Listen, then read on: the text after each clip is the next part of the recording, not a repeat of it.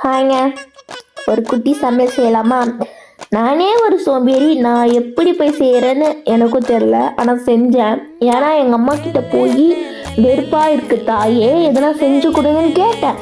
அதுக்கும் அவங்க நீ சும்மா தானே இருக்க, நான் ஏன் நீ போய் செஞ்சுக்கோ, செஞ்சு எனக்கும் கொடு, எனக்கும் வெறுப்பாக இருக்குன்னு சொல்லிட்டாங்க.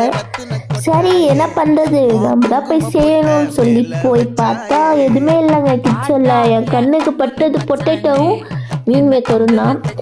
சரி இதை வச்சு எதாவது செய்யலாம் அப்படின்னு நான் செய்கிறேன். என்ன செய்யறேன்னு எனக்கும் தெரியாது, என்ன செய்ய போகிறேன்னு உங்களுக்கும் தெரியாது. ஆனால் இது நல்லா வருமா வராதா அப்படின்னு யோசிச்சுங்க தான் செஞ்சேன். ஆனால் அதோட அவுட்புட் வந்து நான் நினச்சதுக்கு ஆப்போசிட்டாக வந்துச்சு. நல்லா வந்துச்சுன்னா பார்த்துக்கோங்களேன், இந்த அளவுக்கு நான் செஞ்சுருக்கேன். நான் சொன்னால் நீங்கள் நம்ப மாட்டீங்க. இப்போ ஒரு குட்டி பையன் சாப்பிட்டு சொல்லுவான், அப்படியே தெரிஞ்சுக்கோங்க.